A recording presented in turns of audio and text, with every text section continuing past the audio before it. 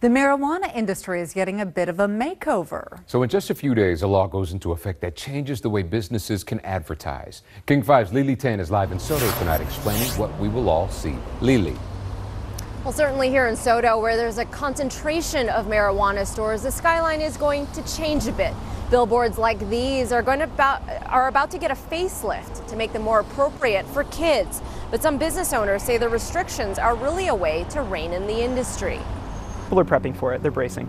Pot shops are bracing for big changes when it comes to the way they advertise. No sandwich boards, no flags, no sign spinners. The things that people take exception with that either unappealing or gross. Starting Sunday, a new law goes into effect restricting the way marijuana businesses promote themselves. Signs have to say 21 and over and won't be able to show pictures of pot plants or use movie or cartoon characters, anything that might be appealing to children. I was a bit concerned because what you want to do is develop a traditional business, not only business model, but an entire industry.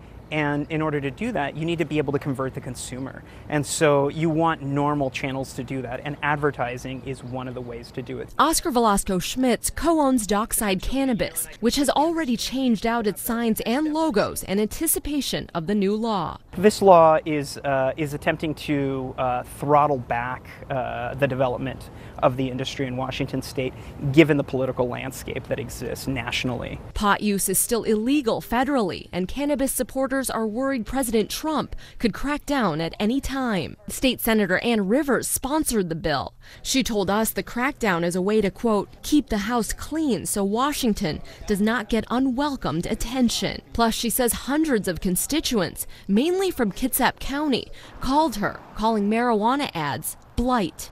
Well, Senator Rivers is looking at more regulations on the marijuana industry. Next up, testing labs and making sure that they're all following the same standards. She says she's looking into those now and may bring it up during the next legislative session. We're live in Soto tonight. I'm Lily Tan, King 5 News.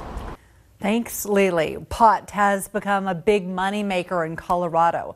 A Denver research company says Colorado has collected more than $500 million in taxes and fees since legal recreational pot sales began in January of 2014. Marijuana tax revenue helps pay for education in Colorado. Recreational pot has been sold in Washington since July of 2014. So tonight, Crown Hill neighbors heard the city's plans to tear down a pedestrian overpass. And you know what? Some people out there don't like it too much.